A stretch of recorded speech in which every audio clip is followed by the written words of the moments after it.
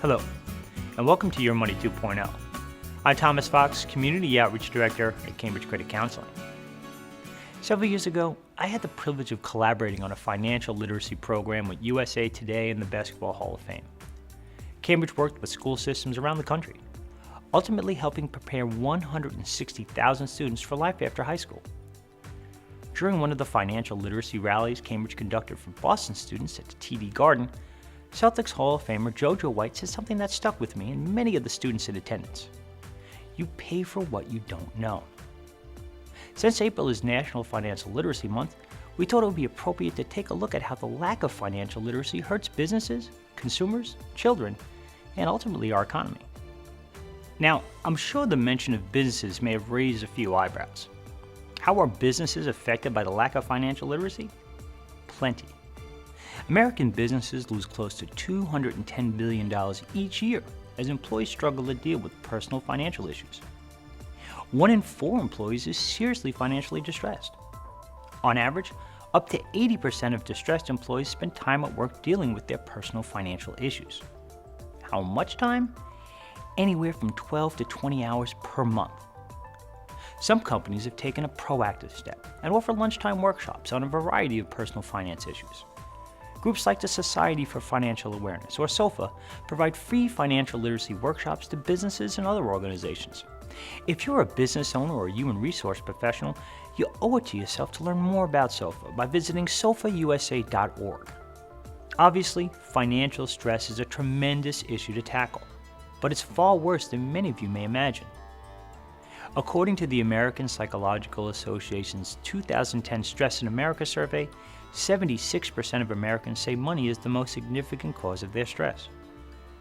Emerging research has been tracking the phenomena of self-deprecation over societal influences and paints a stark picture. When we ruminate over things we can't control, we needlessly suffer from depression, anxiety, and disassociate ourselves from friends and loved ones alike. Many people have discovered that they can successfully alleviate stress by regaining their sense of financial control, which becomes possible when you take a moment to reevaluate your relationship with money. One of our greatest gifts is the ability to adapt, but we rarely do so in the face of financial challenge. Instead, most consumers tend to repeat the same patterns that got them in trouble in the first place. You can alleviate your stress by talking with a financial professional at one of the many nonprofit credit counseling agencies in America. To find an agency near you, please visit one of the industry's trade associations. The Association of Independent Consumer Credit Counseling Agencies website is located at AICCA.org. The Association of Credit Counseling Professionals is at ACCPros.org. Or you can visit the National Foundation for Credit Counseling at NFCC.org.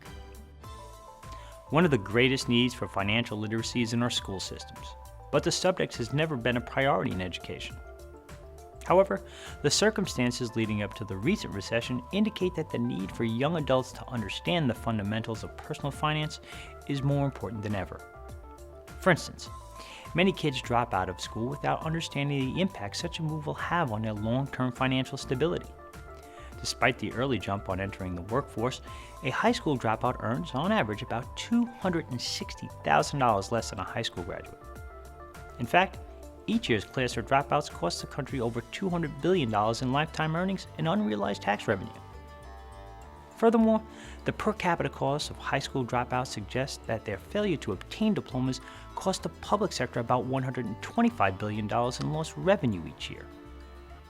Organizations such as Junior Achievement teach students the key concepts of financial literacy, work readiness, and entrepreneurship. I've seen firsthand how JA helps transform at-risk children into high school graduates, and I recommend you visit ja.org to locate a Junior Achievement program in your area.